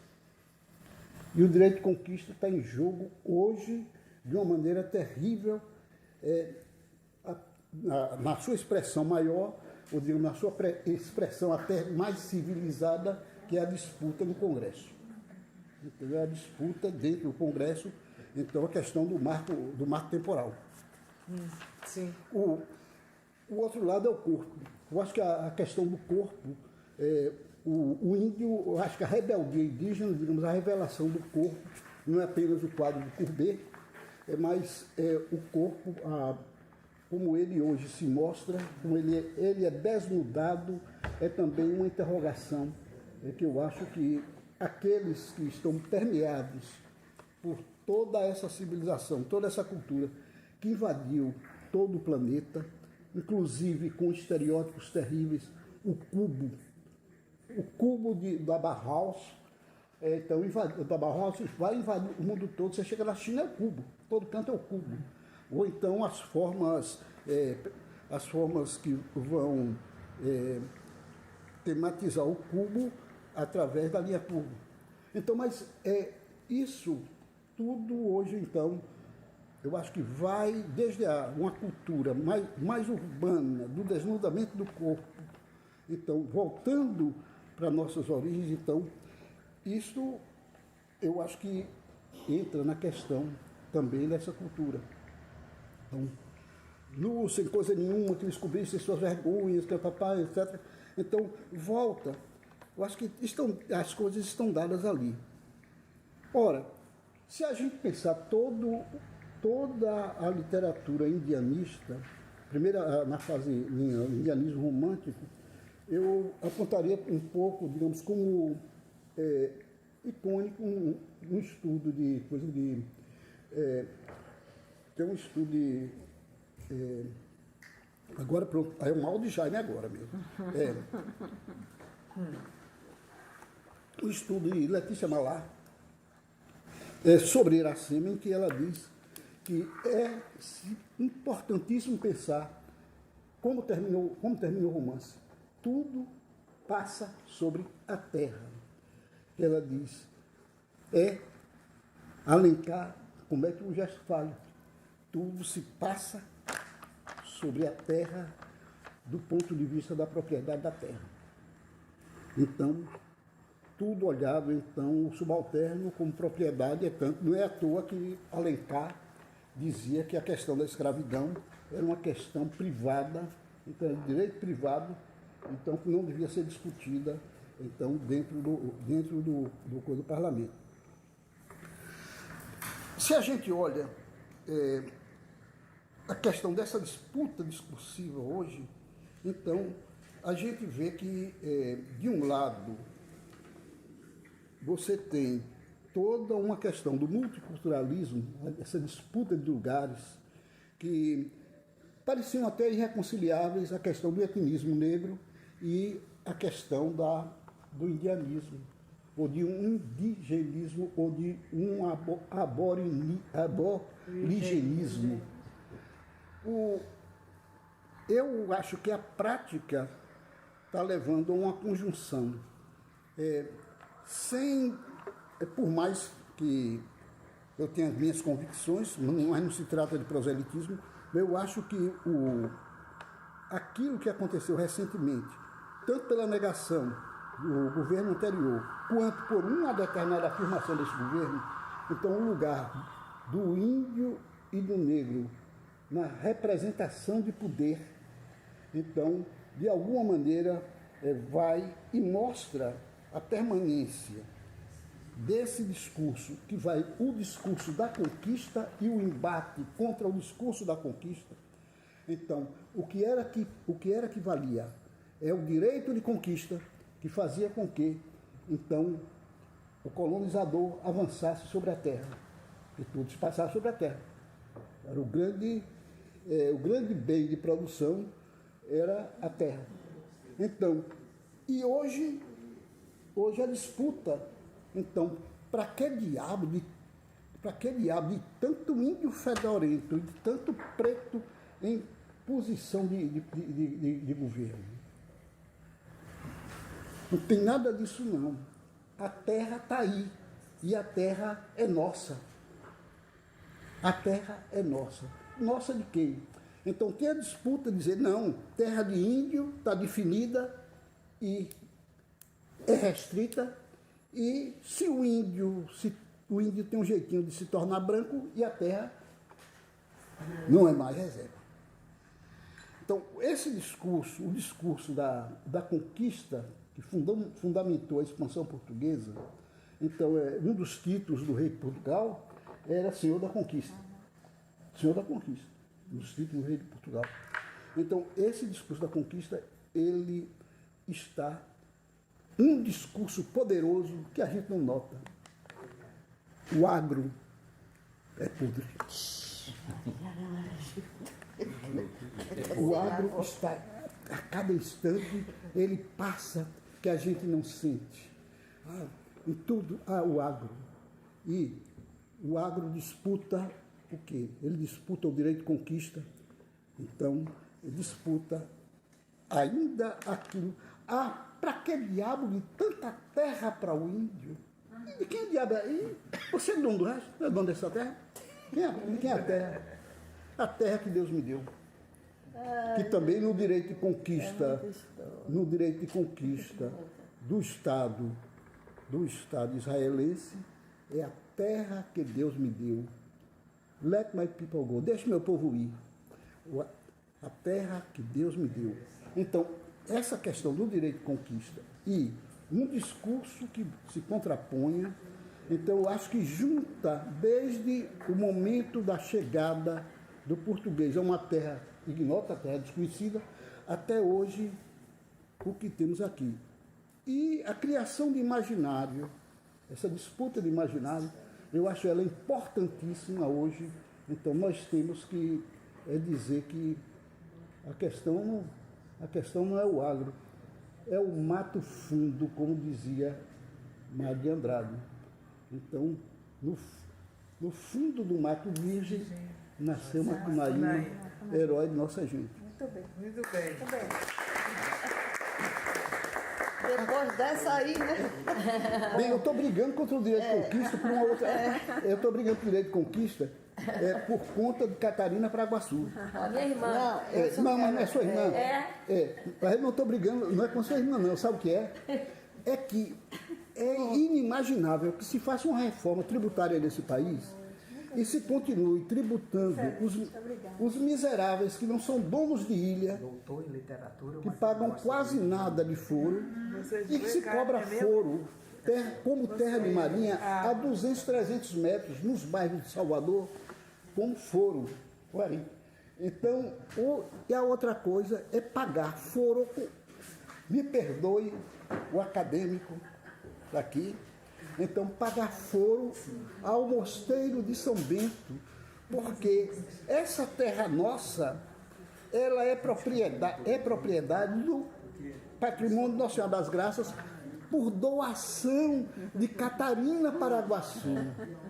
E você não vende um imóvel sem pagar um imposto, porque os cartórios exigem que você pague a transmissão para aquela terra vossa que Deus deu lá em doação no convento de São Bento ao Patrimônio Nacional das Graças.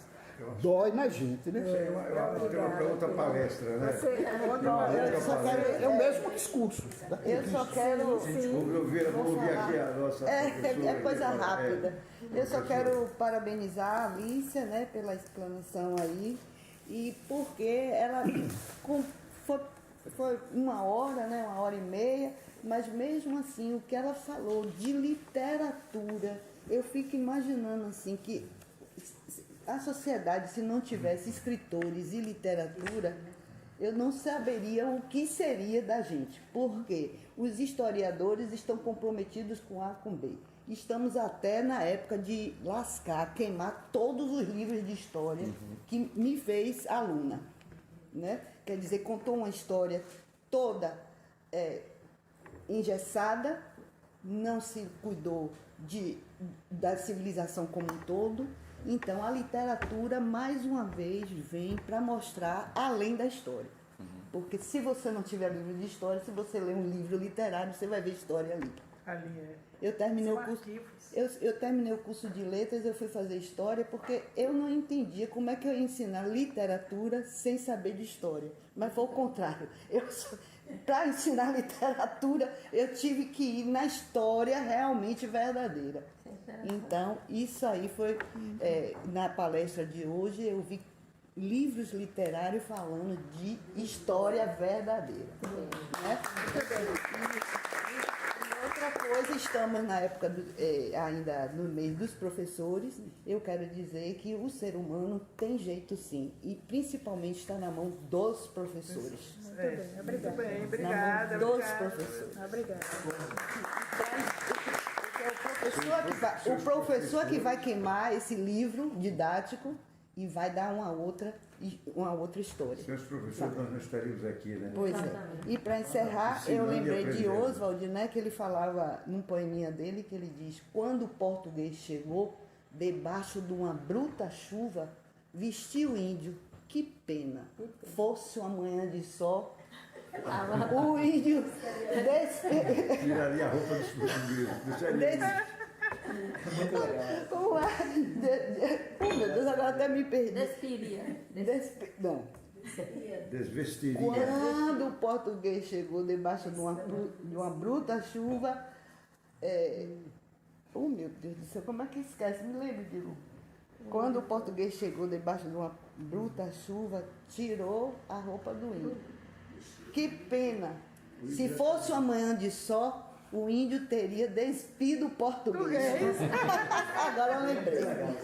Então aí resume tudo isso dessa aculturação total que a gente teve, apesar de achar que a gente estava numa escola, a escola realmente, da minha época, não cumpriu eu tive que ir à luta das informações de entender o mundo de outra forma.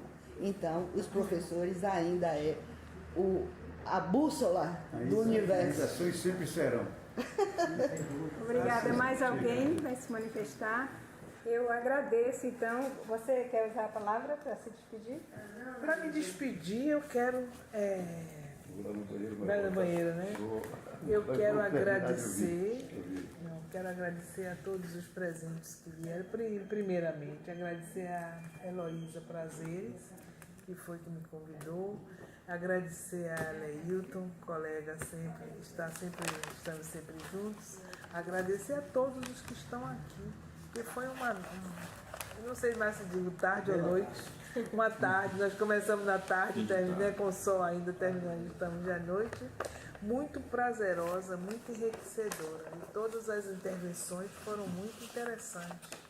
Então é isso, como você falou aqui do professor, eu digo, olha, é isso que nos dá a alegria de viver, de ser professor e de ter esse tipo de debate, esse tipo de interação, né, que nos alegra tanto. Então eu quero Professora e ser leitora. ser leitora, exatamente.